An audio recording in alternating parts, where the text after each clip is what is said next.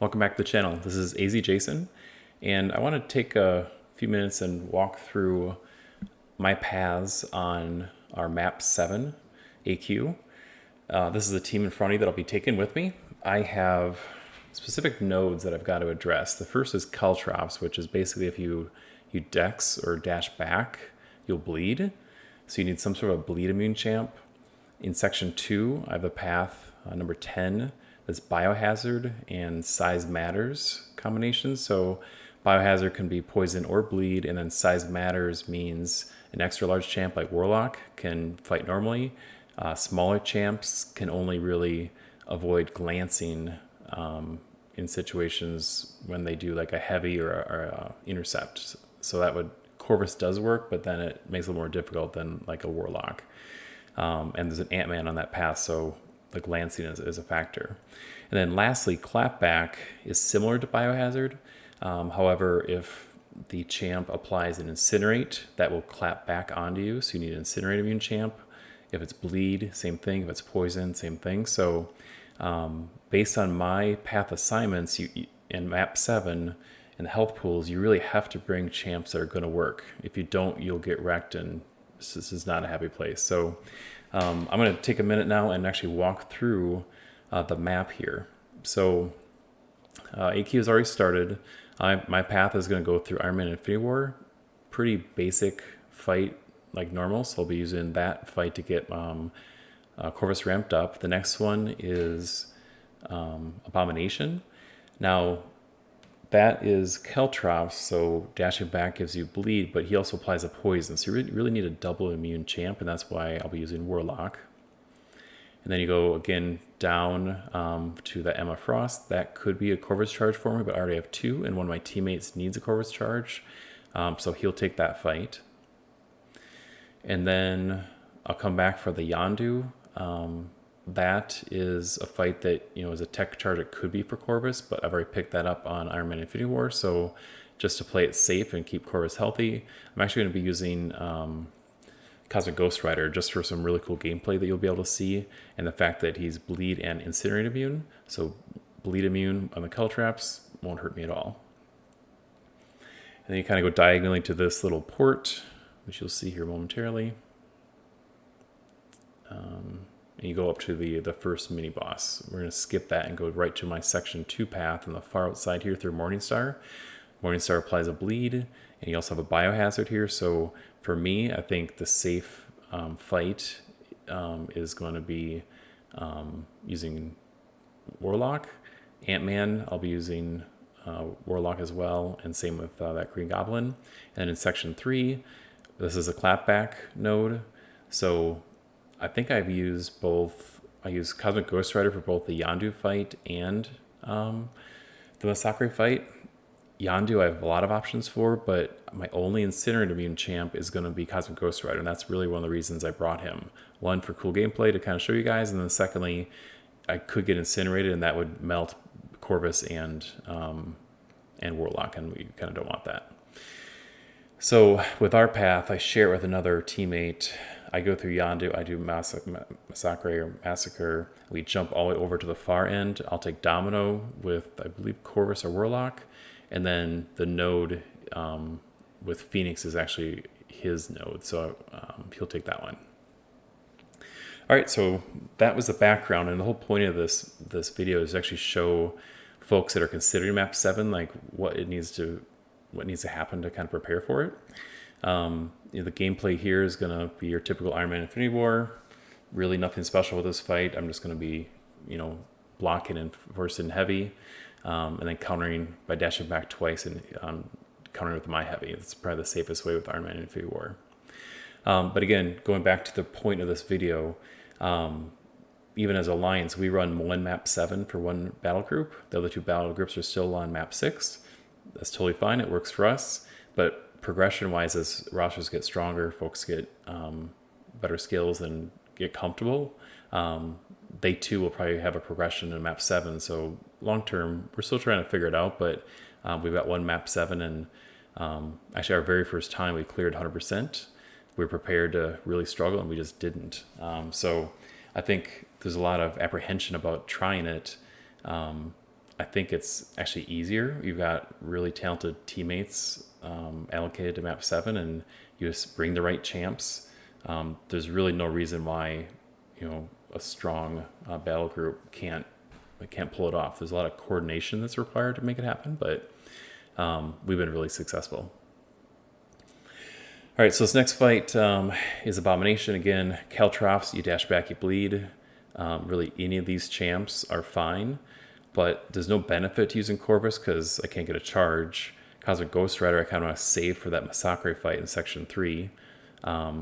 So Warlock is a choice. You'll see on the far left, immune in gray.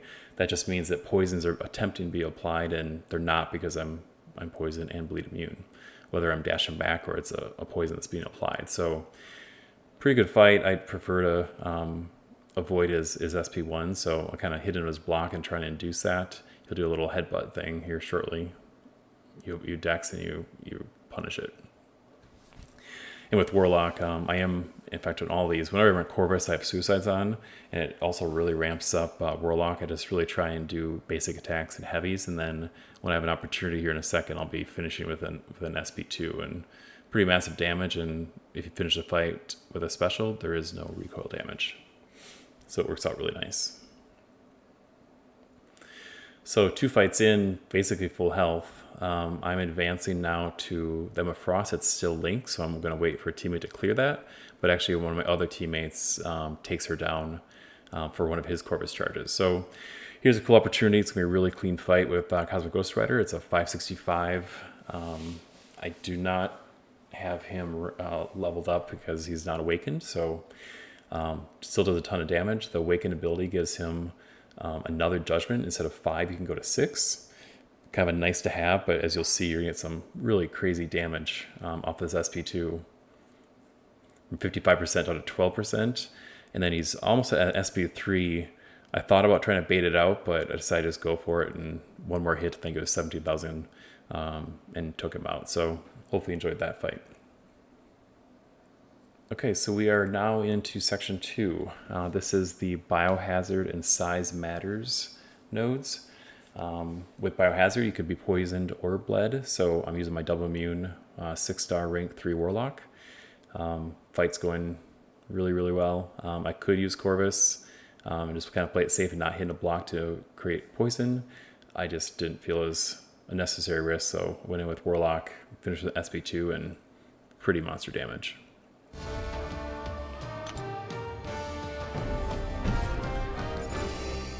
So we're going to advance now, and we've got an AntMan. This is the Size Matters portion of the fight. Basically here you'll see right there, extra large champions cannot be glanced, so Warlock is a extra large champion, so it's a non-issue. I believe Corvus is a medium-sized champ, so I can still intercept and do it heavy and not be glanced, but again, not really worth the risk. I could pick up a Corvus charge here for Avengers, but I already got it back at Iron Man Infinity War, so again, not necessary. Alright, so this fight will be progressing here momentarily. Kind of toggled through Corvus, medium size, decided against it, and we're back in with Warlock. So AntMan is not a difficult champ, but the glancing does become kind of annoying sometimes. I believe he's also kind of building up Furies a little bit here and there on the top right. Just I get intercepted and hit in the face a little bit there. When I hit in a block sometimes, I'm really just trying to create space. Get some good space in there with the dash back and then countered with a heavy. And just kind of beating into him a little bit to induce him to throw that special one. Not really sure why I dashed back that far, otherwise in order to get a little bit of space.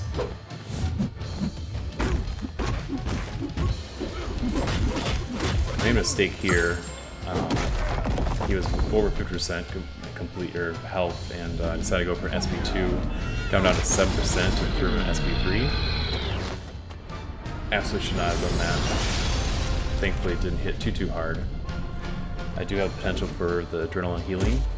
see the 43% and the light bar. If I connect with hits, I can heal that back, but instead I just hit into the block and finish off the fight. Thought that was a little bit safer to potentially not make a mistake. You see my teammate there advancing right alongside me, so we both made some really great headway together. Alright, so the last fight on this path, again, is Biohazard, and we've got the Green Goblin. Just kind of toggling through the nodes to give you some feedback on what it would look like, and the health pool is roughly 70,000. I go with Warlock at 43%. And I walk right into the second part of his heavy.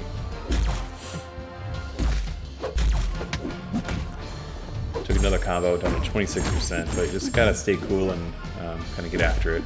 You're gonna make mistakes, you're not gonna play perfectly. So just kind of get back in the flow of the fight and get going.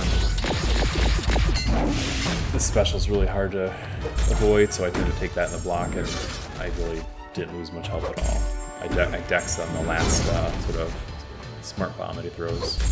A couple mediums, and then hit actually, I was going for the SP2, didn't even get there, he's already dead. So that basically concludes my Section 2 fights in the Biohazard. I think I was on the verge of being out of energy. We advanced, and then again, my other teammates were able to take down that mini boss. So this next section, I ported down to the far left. This is going to be that clapback. So with Yondu, he can make you bleed. So any of my bleed immunes will work.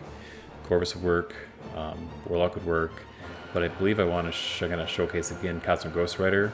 I'll be using him for both Yondu and for the Sakurai fight, and really I need Cosmic Ghost Rider as my only incinerate immune for that Sakurai fight.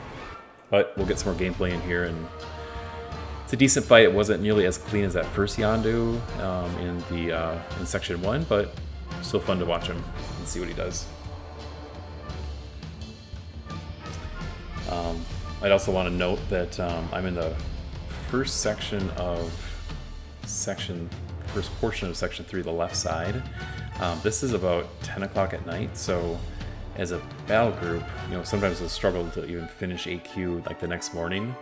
For whatever reason, we do better on map 7. It's just more efficient. We're maybe communicating a little bit better because it's harder content and we're not bored with it. But as I progress here, I'll be able to advance to the far right side before I go to bed. And then next morning, it's already clear. I finished the Domino, and I'll show you that fight here shortly. And I'm basically done. And it's before I even go to work. So I took a little bit of damage there, down to 29%. Not terribly excited about that, but I got the SP2, and it basically just murders him. So super fun to do the Cosmic Ghost Rider cycle to kind of get him built up, hit him with big SP3s and SP2s, and you can do a lot of damage in a very short period of time. So next up is the Sakurai fight. Just want to see what he had. He does have a good counter for Sakurai in Sunspot, but I thought I'd take the fight and again just kind of showcase Cosmic Ghost Rider a little bit more. Just to play it safe, I threw in a couple level 4 health potions. I didn't have to do that, but would rather be safe than sorry.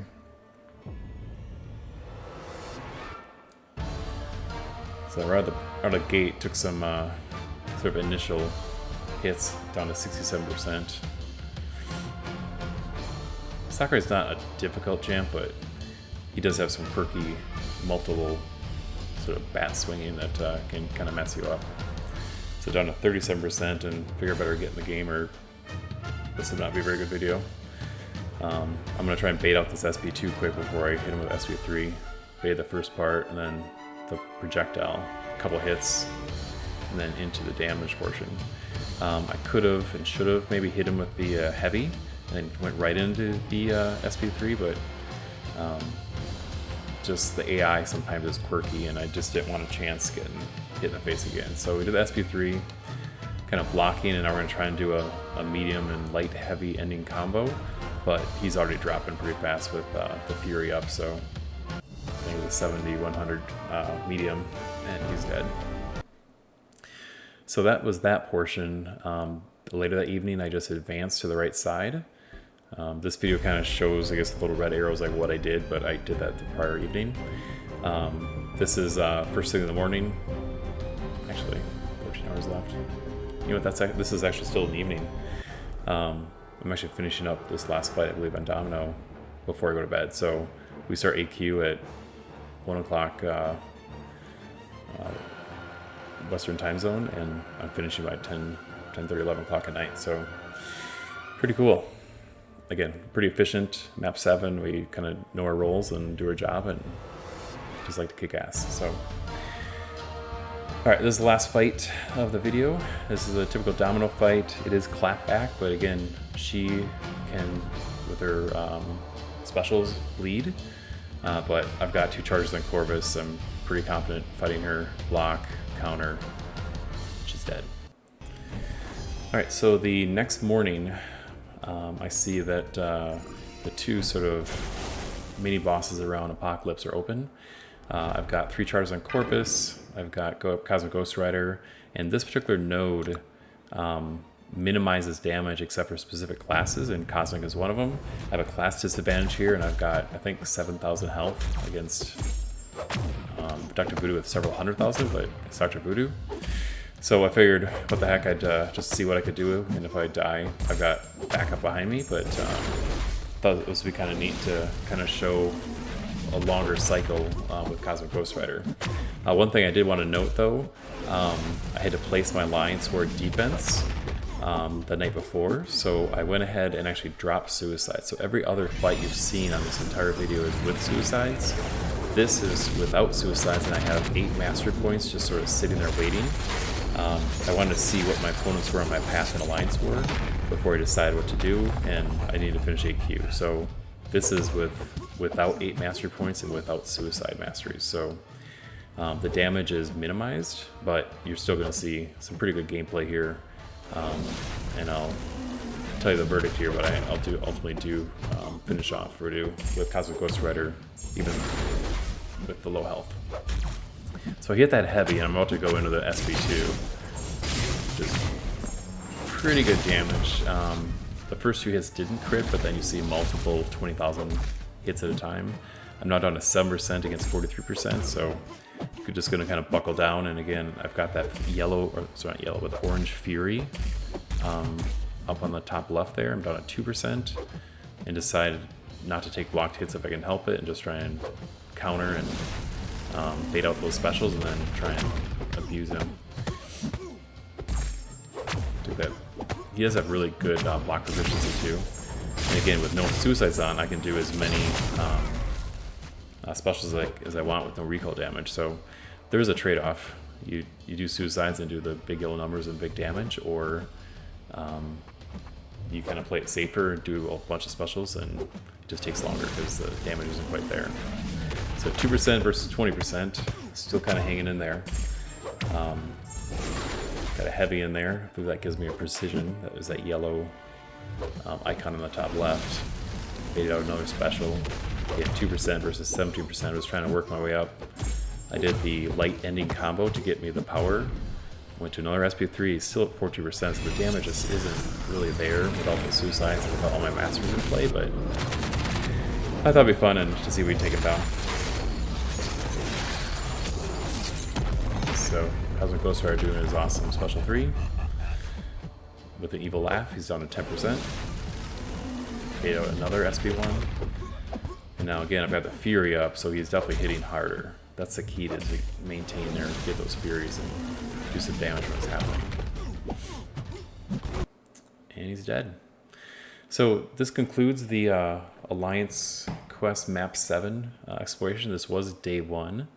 And I just want to kind of share, because there's so many alliances out there that, you know, talk about Map 7. They hear stories about Map 7. They see the YouTubers doing Map 7. It's definitely viable. You don't have to have all 3 of your BGs doing Map 7, but it does give some of your top teammates a new challenge. And it does help with your Alliance Quest rewards as well. So something I'd highly recommend. I'm not going to do an Alliance Quest video certainly every day, but if I capture some gameplay and I think it's kind of neat, we'll share it. So We did finish this 100%. Our other two BGs in map 6 finished 100%. And as an alliance, we're in the mid 400s, 400 million for AQ for each round. I think last round we're 444 million, so we're on the verge of 450, which is another milestone for the rewards. We'll also be messing with some of the modifiers to kind of tweak the scoring to try and maximize rewards, but it's progression, and we have a really good solid group in BG4, and this concludes the video. So thank you for your time, and have a great day.